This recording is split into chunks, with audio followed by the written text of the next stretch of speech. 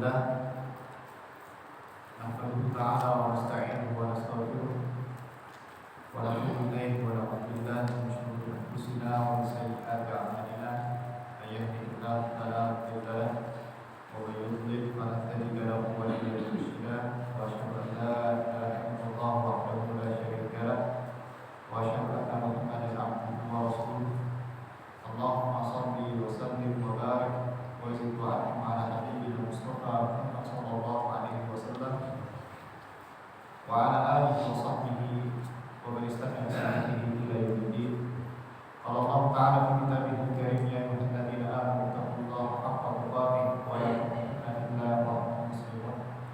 وقال يا أيها الذين آمنوا اتقوا الله وقولوا قولا سديدا يصلح لكم أعمالكم ويغفر لكم ذنوبكم ومن يطع الله ورسوله فقد فاز فوزا عظيما. Amma ba'd, jemaah sekalian yang dimuliakan Allah Subhanahu wa taala. Tidak bosan-bosannya kita selalu basahi lisan kita senantiasa bersyukur kepada Allah Subhanahu wa taala atas segala taufik, hidayah, tolongan Allah Subhanahu wa taala kepada kita, kebaikan Allah Subhanahu wa taala dan semua fasilitas-fasilitas yang diberikan Allah kepada kita semua. Sehingga tanpa taufik Allah maka niscaya kita tidak akan pernah mendapat yang mulia ini. Tanpa taufik Allah kita tidak akan pernah bisa melihat matahari di pagi hari. Tanpa taufik Allah Subhanahu wa taala kita tidak bisa berkumpul duduk di majelis ini. Maka syukurlah yang patut kita aturkan di setiap detik-detiknya. Karena itu merupakan suatu kesempatan, satu kenikmatan yang harus kita manfaatkan. Nabi Shallallahu Alaihi Wasallam pernah mengatakan dalam sebuah hadisnya, "Ibtadi khamsan qabla khamsin." Manfaatkanlah 5 perkara sebelum datangnya 5 perkara. Di antaranya syababaka qabla haramik, masa mudamu sebelum datang masa tua. Wasihhataka qabla saqamik, masa sehatmu sebelum datang masa sakit. Wa ghinaka qabla faqrik, masa kayamu sebelum datang masa miskin. Ini diingatkan oleh Nabi Sallallahu Alaihi Wasallam. Yang masih sehat, manfaatkan masa sehatmu untuk kemudian berbuat kebaikan. Manfaatkan masa sehatmu untuk kemudian menuntut ilmu. Masa sehatmu untuk kemudian digunakan untuk beribadah kepada Allah Subhanahu wa taala. Karena tatkala datang masa sakit akan banyak sekali ibadah-ibadah yang tidak bisa dilakukan oleh mereka saat orang sakit. Orang yang sakit tidak bisa berpuasa untuk datang ke majelis ilmu dan tidak bisa berjalan, sudah tidak bisa duduk lama dan lain sebagainya. Tatkala kita bisa merasakan kenikmatan tersebut, maka manfaatkan kata Nabi Sallallahu Alaihi Wasallam. Jangan disia-siakan. Jangan untuk tatkala kita sakit justru bisa merasakan nikmat tersebut. Karena kita bisa merasakan nikmat Allah Subhanahu wa taala, mahalnya nikmat Allah Subhanahu wa taala itu tatkala nikmat tersebut dicabut sementara oleh Allah Subhanahu wa taala, baru kita merasakan. Terus baru datang rasa syukur di situ.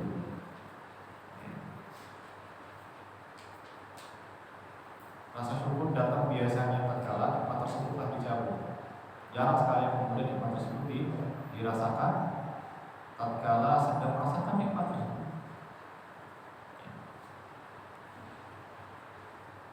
Hadirin jemaah sekalian berada Allah Subhanahu wa taala, kita kembali melanjutkan kajian kita yang sebelumnya sempat terhenti karena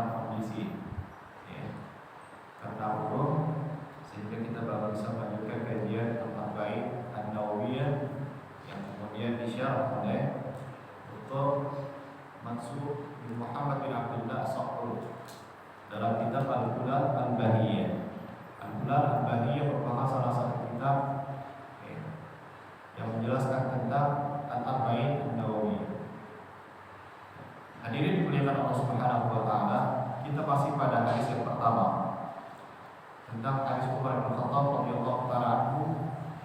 Dia mendengar dari Nabi sallallahu alaihi wasallam, "Innamal a'malu binniyat wa innamal likulli imrin ma nawa. Man kanat hijratuhu ila Allah wa rasulih fa hijratuhu ila Allah wa rasulih. Wa man kanat hijratuhu lid dunya yusibuha aw imra'atin yankihuha fa hijratuhu ila ma hajara ilaihi." Muttafaqun alaih. Kita masih berbicara tentang hadis pertama yang berbunyi, sesungguhnya amalan-amalan itu tergantung pada niatnya, dan seseorang itu diberikan besar kecil pahala dari apa yang dilakukan tergantung apa yang dia niatkan. Barang siapa yang amalan hijrahnya dimisalkan oleh Nabi Shallallahu Alaihi Wasallam adalah dengan amalan hijrah. Barang siapa yang amal ibadah hijrahnya yang kemudian dipihakkan untuk Allah Subhanahu Wa Taala, maka nilainya sesuai dengan apa yang diniatkan itu untuk Allah dan Rasulnya. Dan barang siapa yang hijrahnya diniatkan untuk mendapatkan sekeping dari dunia atau mendapatkan seorang wanita yang ingin dia nikahi, hijrahnya ila ma hajara ilaih, maka nilai hijrahnya sesuai dengan apa yang dia niatkan. Muttafaqun alaih. Di sini diriwayatkan oleh Imam Bukhari dan Imam Muslim. Kita berhenti pada poin yang kelima dari hadis ini. Dalam hadis ini menekankan kepada kita tentang ahamiyat ikhlas, tentang pentingnya memperhatikan masalah keikhlasan. Pentingnya memperhatikan masalah keikhlasan. Dan hadis ini juga menegaskan kepada kita dan mewanti-wanti kita tentang hukum riya. Betapa bahayanya amalan tatkala dihinggapi oleh yang namanya riya. Wa qad warada an Abi Hurairah radhiyallahu ta'ala anhu marfu'an. Telah disebutkan dalam hadis lain dari jalan sahabat Abu Hurairah radhiyallahu ta'ala anhu, "Inna awwalan nas yuqda yaumal qiyamati alaihi." Sesungguhnya manusia yang pertama kali dihisab oleh Allah Subhanahu wa taala, dieksekusi oleh Allah Subhanahu wa taala pada hari kiamat nanti, disebutkan di antaranya adalah rajulun ta'allama al-ilma wa 'allamahu wa qara'a al-Qur'an. Di antaranya adalah disebutkan dalam hadis tersebut, seseorang yang belajar ilmu agama, wa 'allamahu wa qara'a al-Qur'an, kemudian mengajarkan ilmu tersebut dan membaca Al-Qur'anul Karim, wa utiya bihi fa'arafahu ni'amahu fa'arafaha. Maka kemudian orang-orang tadi, orang yang belajar ilmu agama, orang yang mengajarkan ilmu agama, dan orang yang membaca Al-Qur'anul Karim, didatangkan kepada Allah Subhanahu wa taala, kemudian dikenalkan dengan nikmat-nikmat tersebut. Fa'arafaha, maka kemudian orang yang dipanggil tadi mengakui tentang nikmat-nikmat tersebut. Iya, dulu dia pernah mengajarkan Al-Quran, dia dulu pernah belajar Al-Quran, dia pernah belajar ilmu agama, dan kemudian mengajarkannya kembali. Qala fama 'amilta fiha. Allah Subhanahu wa taala kemudian bertanya kepada orang tersebut, fama 'amilta fiha, apa yang telah engkau lakukan? Apa yang telah engkau lakukan setelah mengajarkan Al-Qur'anul Karim, setelah belajar ilmu agama? Qala ta'allamtul ilma. Aku dahulu belajar ilmu agama, wa 'allamtuhu, dan kemudian aku mengajarkan kembali, ya Rabb, wa qara'tu fika Al-Qur'an, dan aku membaca Al-Qur'anul Karim semata-mata untuk engkau. Qala kadzabta, engkau berbohong wahai hambaku. Walakinnaka ta'allamtal ilma liyuqala 'alim. Engkau tatkala di dunia engkau belajar ilmu agama, ingin disebut sebagai orang yang alim, orang yang alim. Orang alim ini artinya adalah orang yang mengetahui tentang ilmu agama, bukan orang yang alim adalah orang yang ahli ibadah. Orang yang ahli ibadah disebut abid. Orang yang ahli agama disebut abid. Kalau di tengah-tengah kita orang yang rajin ibadah disebut alim, Nah, ini terbalik. dalam ilmu bahasa Arab, orang yang ahli ibadah disebut abid. Ya, abid itu artinya adalah orang yang suka beragama, suka beribadah, atau orang yang melakukan ibadah. Sedangkan orang yang belajar ilmu agama disebut alim. Untuk satu orang disebut alim, sedangkan banyak yang ahli agama disebut ulama. Bentuk jamaknya ulama. Bentuk jamaknya adalah ulama, adalah orang mereka yang ahli agama. Engkau belajar ilmu agama tatkala di dunia, ini disebut sebagai orang yang alim, orang yang ahli ilmu. Wa qara'tal Qur'an yuqala huwa qari. Dan engkau membaca Al-Quran, ini disebut sebagai orang yang ahli membaca Al-Quran. Faqadaki. Sebutan-sebutan tersebut, pujian-pujian tersebut yang kau harapkan itu telah kau dapatkan tatkala di dunia. Sudah didapatkan, sudah disebut dan sudah dipuji engkau. Ya. Tsumma umira bihi fasuhiba ala wajhihi hatta uqiya finnar. Maka kemudian orang-orang tadi diseret wajahnya hatta uqiya finnar, sampai kemudian dilemparkan ke dalam api neraka. Allah. Jemaah sekalian muliakan Allah Subhanahu wa taala, dalam hadis Abu Hurairah radhiyallahu taala ini menjelaskan kepada kita tentang begitu pentingnya manajemen hati kita untuk tetap istiqamah dalam keikhlasan dan merawat hati kita untuk kemudian jangan dihinggapi dengan penyakit riya. Karena penyakit riya ketika hinggap pada sebuah amalan ibadah, yang ibadah tersebut bukan ibadah yang main-main, ibadah yang sangat besar sekali, maka kemudian ibadah tersebut berubah, bukan justru mengantarkan orang tersebut kepada surga, namun justru mengantarkan orang tersebut kepada neraka. Waliyadzubillah. Sebutkan dalam hadis ini juga orang yang berjihad di jalan Allah, orang yang dermawan, menginfakkan hartanya di jalan Allah Subhanahu wa taala. Namun ibadah-ibadah yang agung ini tatkala disusupi dengan penyakit riya, lebur semua ibadah ini. Dan ada hasilnya, dan ada nilainya di hadapan Allah Subhanahu wa taala. Karena dalam hadis ini juga Allah Subhanahu wa taala tidak suka diduakan. Allah enggak suka diduakan. Dan Allah Subhanahu wa taala Maha detail terhadap hal-hal yang kecil. Allah Maha detail terhadap hati-hati manusia. Iya, mungkin dia bisa membohongi manusia.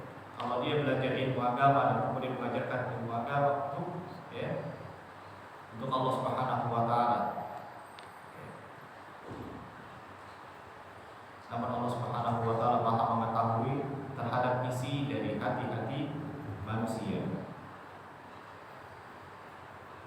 Dari hadis ini kemudian mengajarkan kepada kita hendaknya kita an-yaqifa wa yas'al nafsahu ma maqsadi fi talabil ilm. Dari sini kita mendapatkan pelajaran untuk kemudian memposisikan diri kita wa yas'alu an nafsihi, dan selalu mengupdate hatinya. Apa tujuan saya menuntut ilmu? Apa tujuan saya menghafalkan Al-Qur'anul Karim? Apa tujuan saya duduk dan belajar Al-Qur'anul Karim? Wa fi baqiyatut ta'at. Dan silakan tanyakan dan selalu update status ibadah kita, status amalan kita, untuk siapa ibadah-ibadah yang kita lakukan selama ini. Untuk apa kita duduk di majelis ilmu? Kalau niatnya untuk Allah Subhanahu wa taala, maka minta pertolongan sama Allah untuk kemudian Allah mengistiqomahkan kita, menjaga niat-niat kita dari hal-hal yang tidak diridhai Allah Subhanahu wa taala. Namun tatkala ibadah tersebut, ketaatan tersebut diniatkan bukan untuk selain Allah Subhanahu wa taala, fasahih niyyataka wa ba'da dzalika, maka perbaiki niat tersebut. datang pujian istiqamah, ya. Dipuji dia tidak terbang, ya. Maka tempat itu diharapkan, ya.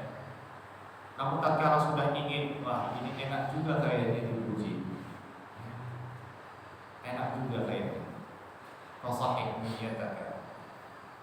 Ingat, ya, jangan kemudian kita capek-capek dan lelah-lelah melakukan ibadah, maka kemudian ibadah tersebut tidak ada nilainya di hadapan Allah Subhanahu wa taala.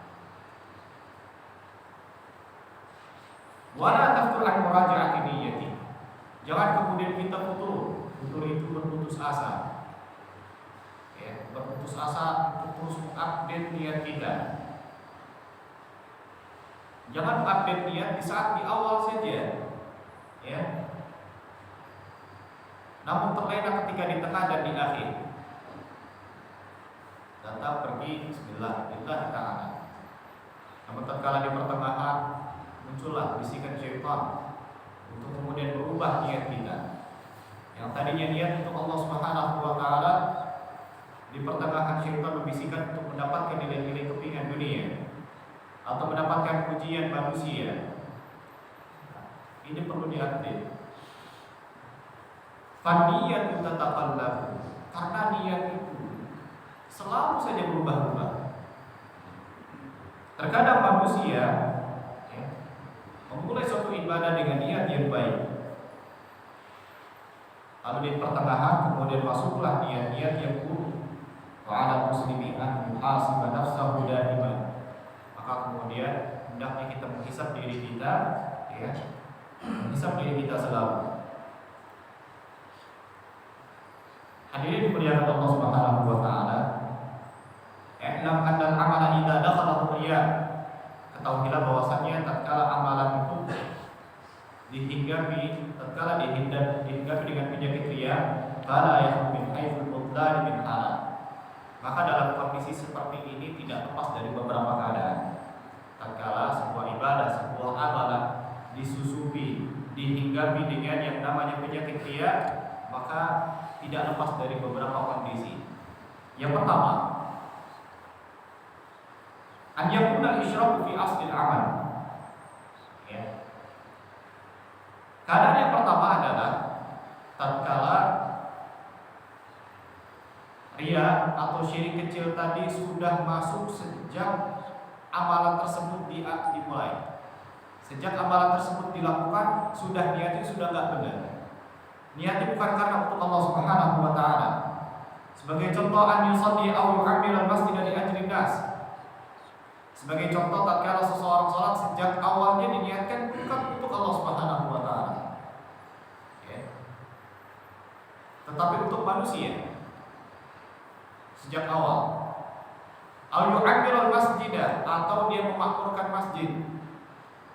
Dari awalnya bukan ditujukan kepada Allah Subhanahu wa taala, namun ditujukan untuk manusia.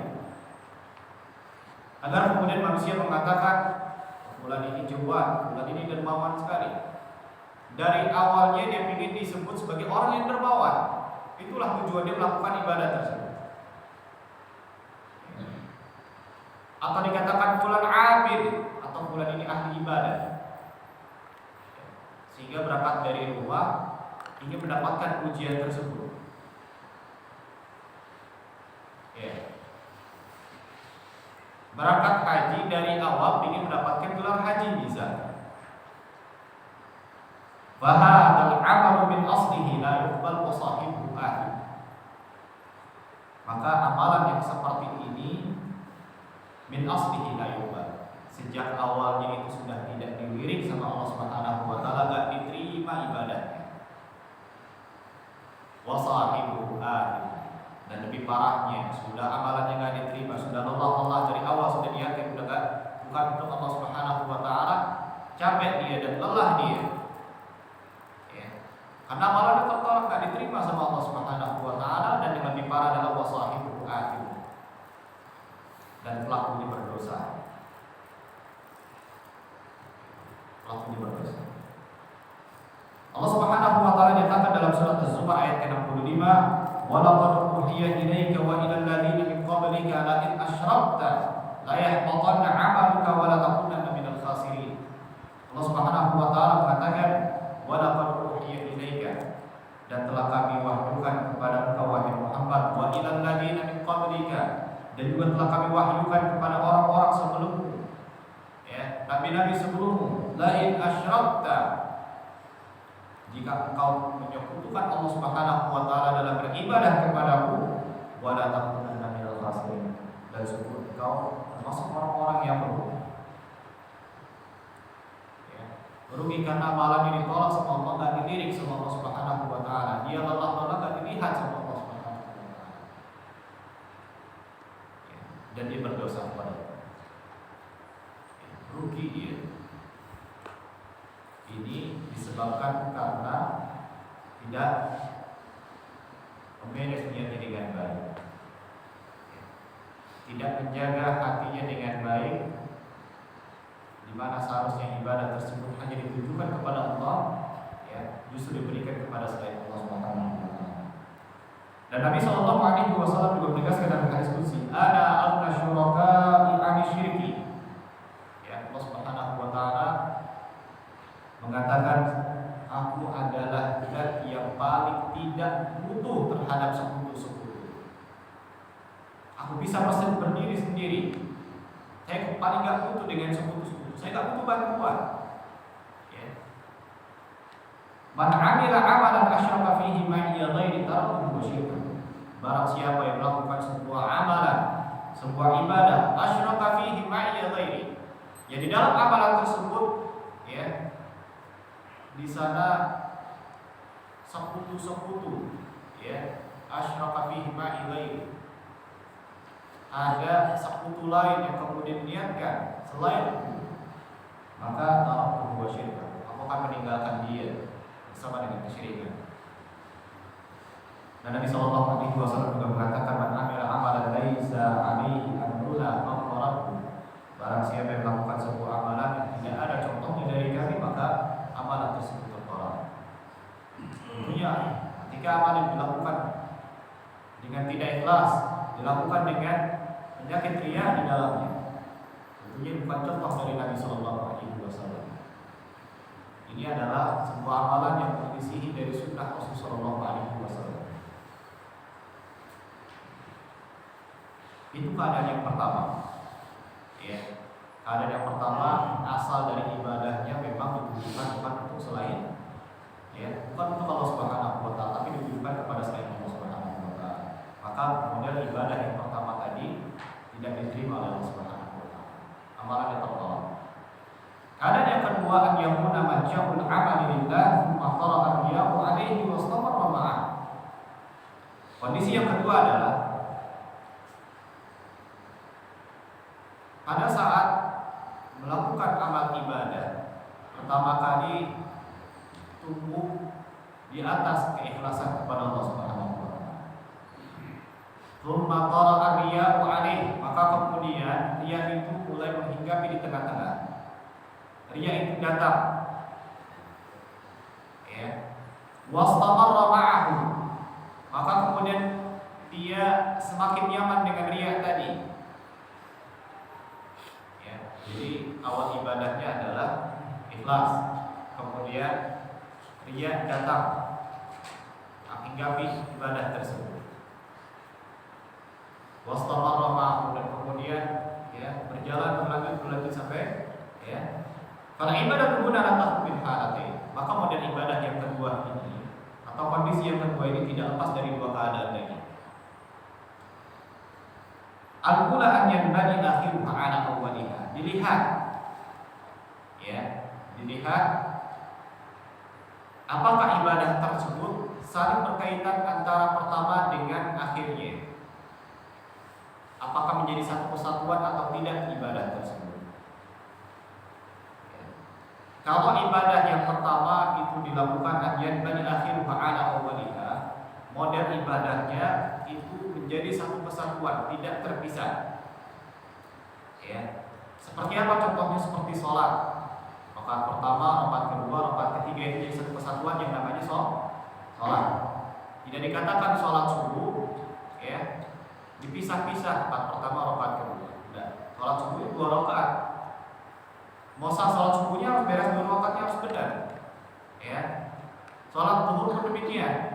Dikatakan sholat zuhur tatkala seorang hamba melaksanakan sholat zuhur 4 rakaat sesuai dengan dicontohkan oleh Nabi Shallallahu Alaihi Wasallam. Ya.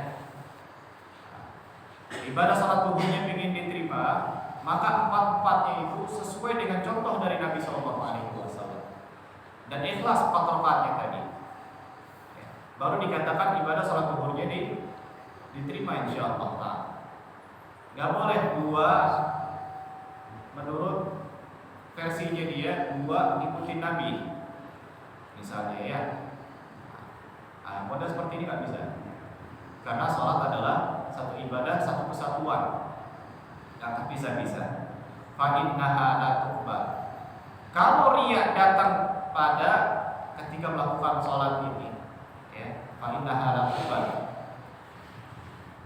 ini bisa berakibat ibadahnya tidak diterima tatkala riya datang di saat sholat ya, lillahi ta'ala, kemudian di pertengahan muncul dan kemudian berakhir, sholatnya berakhir masih dalam kondisi riya.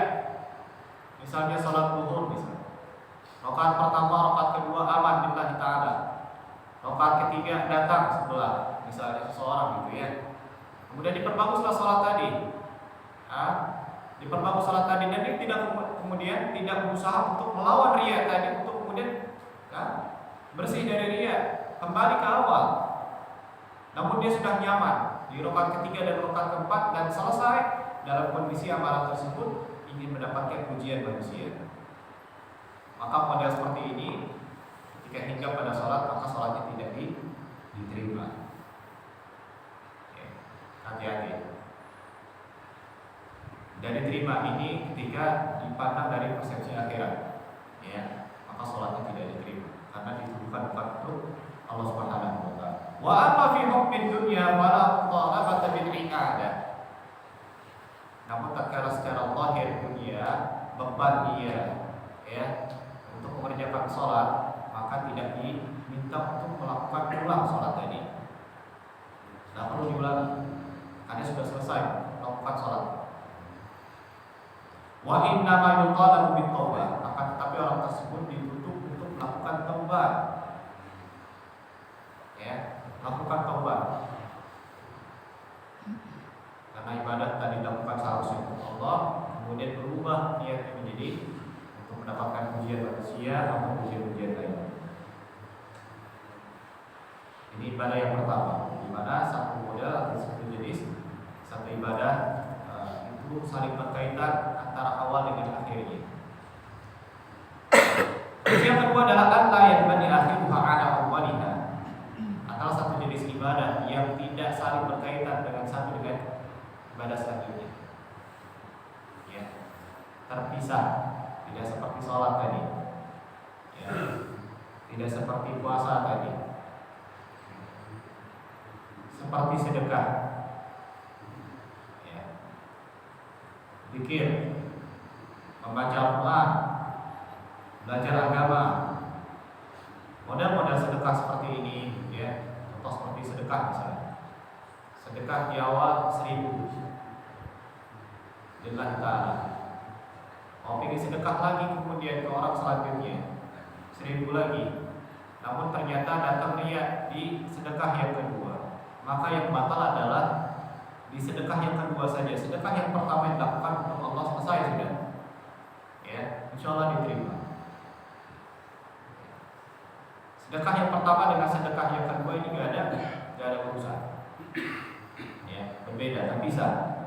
Begitu pula zikir, subhanallah, subhanallah, subhanallah, subhanallah, sampai zikir ke-33. Maka kemudian ketika mengucapkan Allahu Akbar, ya, muncul riya di situ. Yang subhanallah sudah diterima sama Allah Subhanahu wa taala. Yang akan diterima kapan? Di saat dia mengucapkan zikir itu saja. Ya, bisa dipahami Pak? Iya.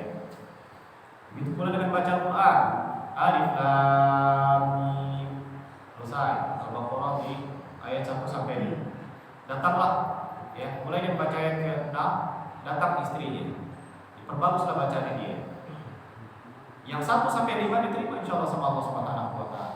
memang diniatkan untuk Allah. Namun riya itu datang di ayat ke-6. Gara-gara istrinya datang, dipuji lagi sama istrinya. Oh, Masya Allah, rajin banget suami saya, sudah hijrah jangan-jangan. Itu ya. Semakin bagus di sini. Yang nggak diterima di ayat di mana dia melakukan kesyirikan saja, jadi melakukan riya di situ, hingga riya di situ. Ayat ke-6 sudah ayat ke-6. Ayat ke-7 balik lagi dia. Astagfirullahaladzim. Ini ganggu istri. Ya, balik lagi dia kerja untuk tetap ikhlas. Ya. Bacaan satu ayat 5 dengan ayat 6 ini tidak menjadi satu kesatuan. Ya. Belajar agama pun demikian. Fahada yaqulu juz'un ladzi hasala fihi riya. Maka yang batal adalah pada bagian yang terdapat di dalamnya riya saja. Wa ya'tamu alaihi. Begitu pula dia akan mendapatkan dosa tatkala di satu amalan ibadah, satu bagian dari ibadah tersebut melakukan riya. Wa yasihu ma akhlasa lillahi fihi wa yujabu alaihi. Dan sisa ibadahnya tetap diterima sama Allah Subhanahu wa taala tatkala dibangun di atas keikhlasan. Ini kondisi yang kedua jemaah sekalian. Tadi kondisi pertama itu riya terjadi sejak asal dari ibadah tersebut sudah dilakukan bukan untuk Allah. Yang kedua, ikhlas dibangun dari awal, namun kemudian riya itu datang di pertengahan dan kemudian sampai berakhirnya ibadah tersebut berada di atas keriyaan. Ya, tadi dibagi lagi menjadi dua ya. Yang ada ibadah yang saling berkaitan, maka nggak diterima sama Allah Subhanahu wa taala. Ada ibadah yang tidak saling berkaitan satu dengan yang lainnya, maka satu bagian diterima dan bagian yang terdapat di dalamnya riya tidak diterima oleh Allah Subhanahu wa taala.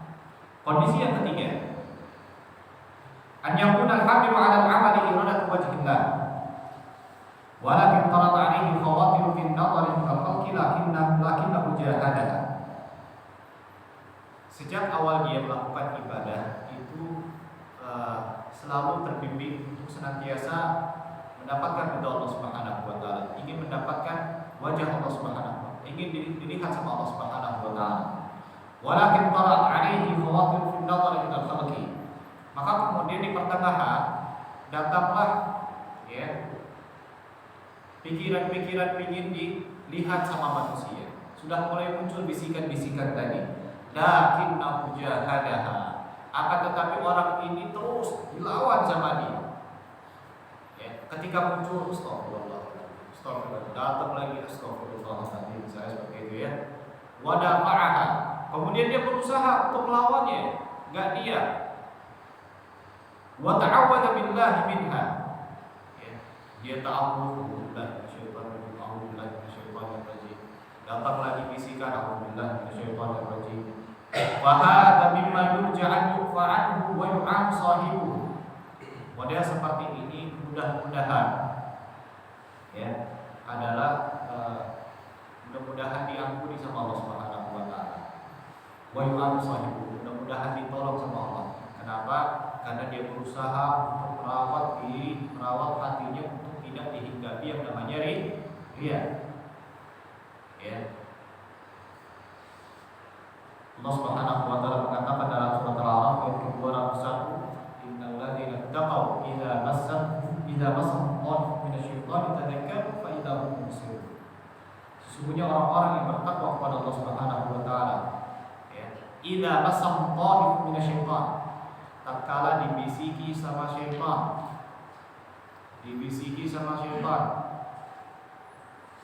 diganggu sama syaitan, lagi melakukan ibadah, kemudian datang pikiran-pikiran, bisikan-bisikan tadi untuk kemudian menyelewengkan dia dari niat pertama.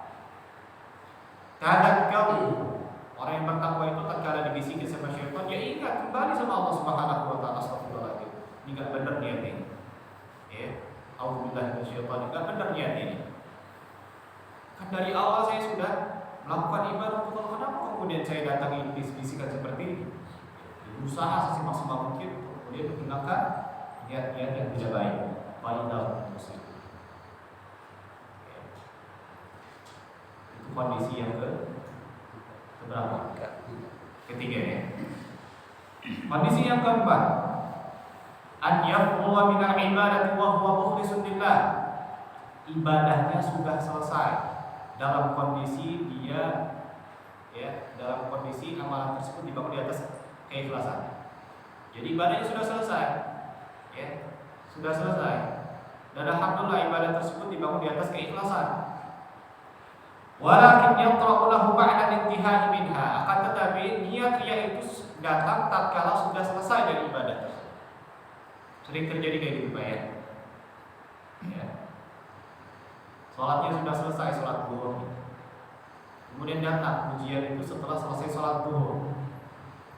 Masyaallah, rajin. Dan lain sebagainya. Sudah selesai, itu tuh yang paling rajin itu, yang pakai peci. Sudah selesai salat. Alhamdulillah. Sudah selesai salat zuhur, muncul ingin dipuji sama manusia.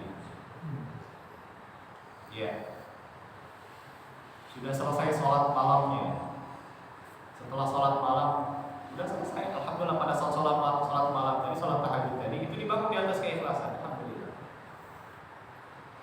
Setelah subuh buat status misalnya, alhamdulillah malam hari ini malam yang syahdu untuk sholat, gitu ya. Siapa yang belum sholat malam, gitu misalnya kan gitu ya, untuk menaikkan engagement misalnya ya, di status di IG dan lain sebagainya.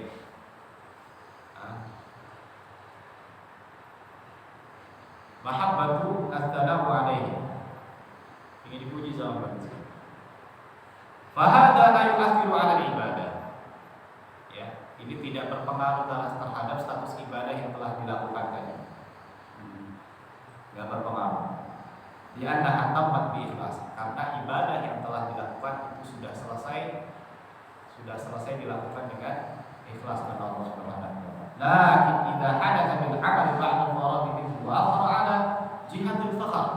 Akan tetapi ketika terjadi sebuah amalan ibadah dan itu sudah selesai, wa dharu 'ala jihatil fakhr, kemudian menampakkan kepada manusia 'ala jihatil fakhr, ingin dibangga-bangga gitu ya.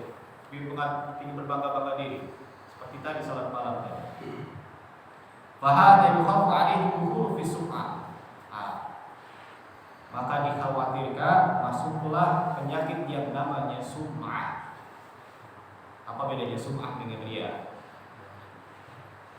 Kalau riya itu sama-sama adik kakak, sum'ah ini dengan riya. Saudara kembar. Bedanya kalau sum'ah, bedanya kalau riya itu dari kata riya, ra'a yara. Dalam bahasa Arab riya itu ingin dilihat sama manusia. Sedangkan sum'ah dari kata sami'a, dari kata mendengar, ingin didengar sama manusia. Gitu ya. Sudah selesai, tidak dilihat sama dia, udah, tapi ingin didengar, ingin dong dengerin, gitu ya, dan lain sebagainya. Dzakara hadza ta'ifatu minal ulama kan menjuzi wa muslim. Dikhawatirkan justru terjatuh pada sum'ah. Maka hati-hati, kalau sudah melakukan ibadah sudah selesai, jangan kemudian masih ada keinginan ingin dipuji sama manusia. Sudah selesai, biarkan itu menjadi antara rahasia antara dia dengan Allah Subhanahu wa taala. Dan perlu orang-orang tahu, orang-orang dengar tentang apa yang kita lakukan terhadap Allah Subhanahu wa taala. Jadi kan amalan tersebut jadi amalan rahasia. Amalan rahasia. Kita harus punya tuh amalan-amalan rahasia, Pak ya. Amalan-amalan yang hanya tahunya hanya Allah Subhanahu wa taala saja. Jangan ditampakkan semuanya kepada manusia, kecuali memang ibadah tersebut harus ditampakkan, seperti sholat berjamaah itu nggak bisa antara rahasia sama dia sama Allah. Ya. Kenapa kok nggak sholat di masjid? Biar jadi rahasia antara saya sama Allah. Nah, ini subhat seperti ini. Subhat seperti ini. Melainkan datang ke masjid, hati-hati niatnya, dijalani.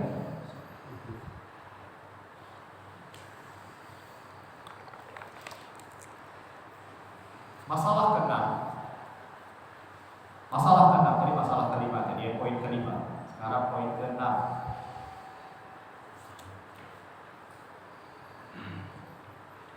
Di dalam hadis yang pertama tadi menunjukkan kepada kita tentang dzammu man talaba dunya, tercelanya orang yang mencari dunia lewat ibadah. Haitsu dzakara talaba dunya fi muqabil man yuridu Allah wa rasuluh.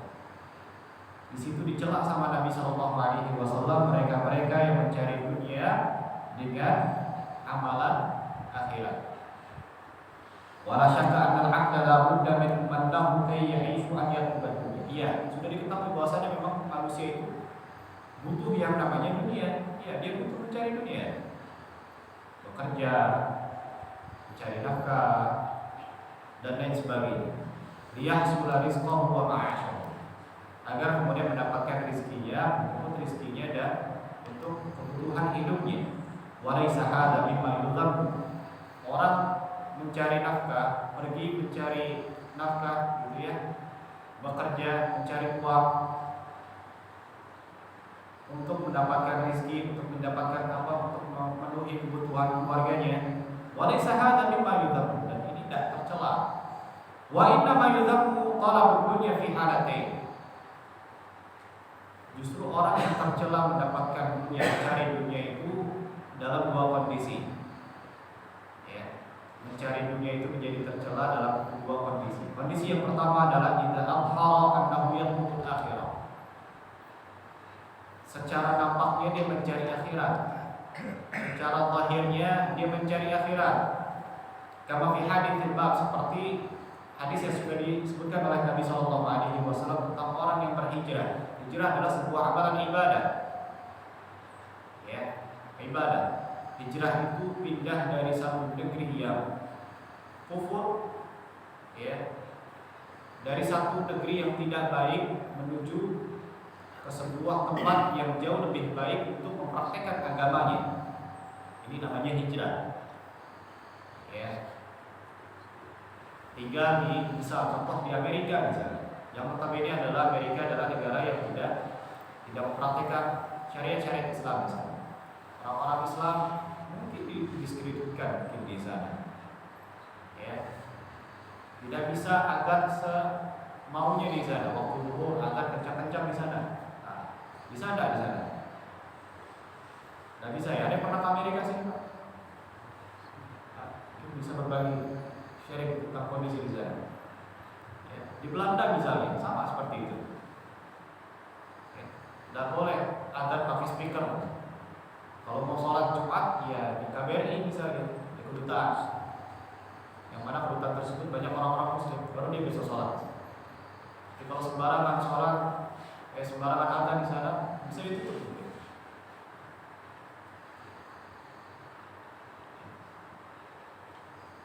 Nah, yang seperti ini hijrah. Hijrah ke negeri yang memang dia bisa sholat di sana dengan nyamannya. Bisa baca Al-Quran, ya. Mungkin bisa memanjangkan jenggotnya. Ada beberapa negara yang ketika masuk di bandara pakai jenggot disuruh dicukur. Ini kan bisa, ya. Atau justru dituduh teroris mungkin. Jenggotnya baru satu helai, wah ini teroris ini. Ya. Sudah dituduh teroris. Digerebek ada mushaf di tas gitu. Ini sudah pasti. Yang model-model seperti ini hijrah. Di mana hijrahnya adalah untuk bisa menciarkan agama Islam, bisa beribadah dengan baik. Nah, tatkala hijrahnya tadi secara zahir adalah untuk ibadah, maka kemudian dalam hatinya untuk mencari dunia. Ya. Ini menjadi tercela. Yang seharusnya ibadah hijrah tadi ditujukan kepada Allah, ibadah salat ditujukan kepada Allah, namun salat yang untuk mencari kepingan dunia tadi, ya, maka dunia sini menjadi tercela. Itu kondisi yang pertama. Kondisi yang kedua adalah idza asgharat anil akhirah. Tatkala mencari dunia, mencari nafkah, mencari uang itu menjadi tercela tatkala menyibukkan dari ibadah, menyibukkan dari hal-hal akhirat, bekerja sampai nggak bisa sholat, bekerja sampai nggak bisa puasa, terganggu sholat, ada seperti itu banyak sekali, ya. Banyak sekali seperti itu. Bekerja sampai nggak punya waktu untuk belajar, bekerja sampai kemudian lelah melakukan ibadah, berangkat malam pulang malam, nggak sempat untuk belajar agama, nggak sempat untuk baca Al-Quran, ya. Lelah kalau untuk sholat subuh karena pekerjaan-pekerjaan tadi. Kalau seandainya tidak dimanage dengan baik, maka bisa, ya, tercela pekerjaan tadi. Karena pekerjaan tadi telah melalaikan dia dari kewajiban. Itu poin yang ke-6. Poin yang ke-7. Ini cukup penting, ya. Semoga kita akhiri di poin ke-7. Di dalam hadis pertama tadi itu menganjurkan kepada kita tentang hijrah. Haitsu Nabi sallallahu alaihi wasallam ala man hajara fi hijrillah wa rasulih. Di mana Nabi sallallahu alaihi wasallam memuji kepada mereka-mereka yang berhijrah untuk Allah Subhanahu wa taala dan Rasulnya, ya. Wa man hajara li ajli nikah wa nahwi. Ya, di situ Nabi sallallahu alaihi wasallam menganjurkan kepada kita untuk berhijrah ke Allah Subhanahu wa taala. Dipuji sama Nabi. Dan hijrah sebagaimana tadi sudah saya katakan, al-intiqal min balad syirki ila balad Islam. Hijrah itu secara definitif adalah secara agama, persepsi syariah. Hijrah itu artinya pindah dari sebuah negeri yang di situ adalah negeri yang syirik, misalnya negeri yang kufur, ya, di mana tidak nyaman seseorang beribadah di dalam negeri tersebut, pindah ke negeri yang bisa mempraktikkan agamanya dengan baik, bisa beribadah dengan baik. Ini yang namanya hijrah. Wa yaqtarifu hukmuha bi ikhtilafi halil muhajir wal balad muhajir minhu. Dan terjadi perincian selanjutnya terkait masalah hijrah tadi. Kapan hijrah itu menjadi wajib, kapan hijrah itu menjadi mustahab atau menjadi sunnah, ya. Hijrah menjadi wajib pada diri seorang muslim tatkala dia mampu untuk berhijrah, wa huwa fi dzatil waqti la yatamakkan min idharihi wa yushra ala nafsihi. Hijrah itu menjadi wajib terhadap seorang muslim tatkala dia diposisikan dalam, ya, dia tidak mampu untuk melakukan ibadah, ya, mensyiarkan ibadah dia. Wa yushra ala nafsihi, tatkala dia melakukan ibadah justru takut diganggu. Kalau dia pergi ke masjid, pakai peci, pakai jubah, tangkap langsung. Wa yusya'u ala nafsihi. Ada ancaman tatkala dia melakukan ibadah. Ada kekhawatiran tatkala dia melakukan mensyiarkan agamanya dia di negeri tersebut.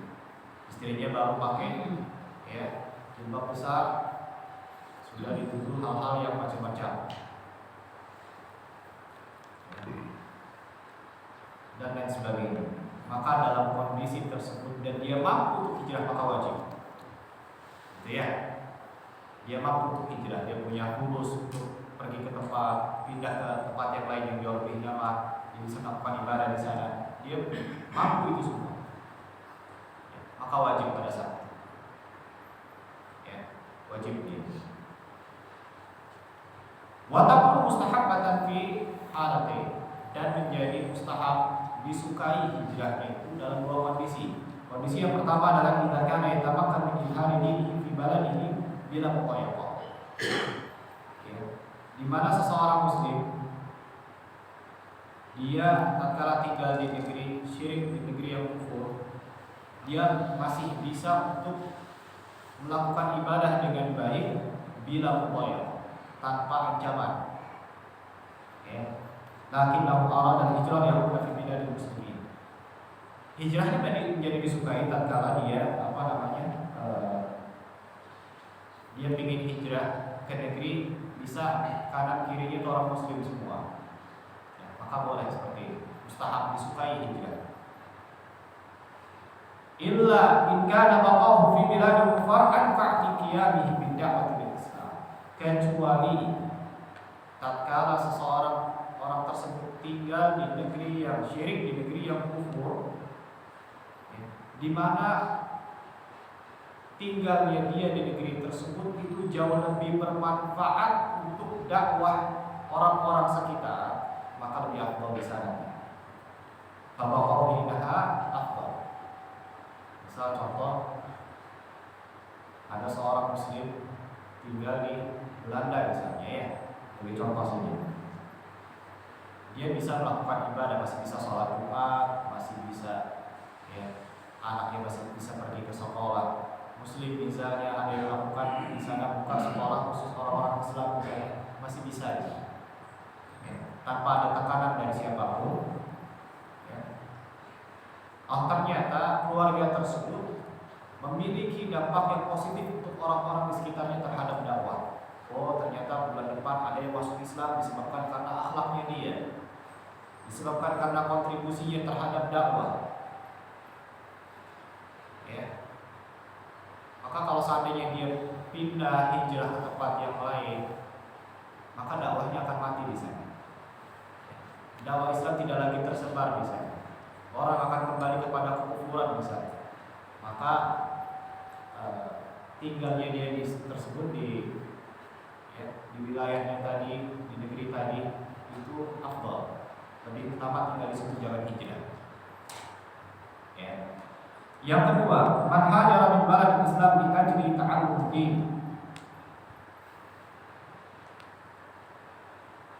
Orang yang sudah tinggal di negara Islam misalnya, namun dia ingin pindah ke negeri lain disebabkan karena ingin belajar agama. Ya, seperti contoh misalnya Indonesia mungkin, ya. Indonesia alhamdulillah, ya. Dia bisa belajar, dia bisa bisa sholat Jumat, bisa melakukan sholat, bisa puasa, bisa adat dan lain sebagainya. Namun ternyata di daerah dia, ya, itu sedikit sekali yang belajar agama, ya, sedikit ulama di situ, sehingga dia bikin hijrah ke tempat yang memang di sana dia bisa belajar agama.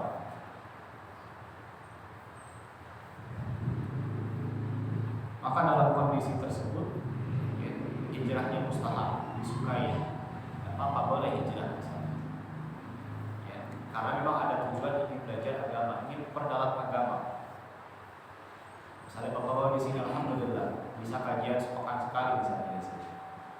Kemudian ada di antara kita yang ingin hijrah ke kota Madinah misalnya, yang mungkin belajar agama di sana lebih intensif, masjidnya hampir tiap hari ada kan kajian. Kita ingin hijrah di sana sama anak-anak kita, boleh boleh, ya, tapi harus perhatikan juga. Mungkin di sini kita jauh lebih bermanfaat untuk dakwah orang-orang sekitar. Kalau kita pergi, dakwahnya jadi nggak ada lagi misalnya, ya, maka jangan. Ya.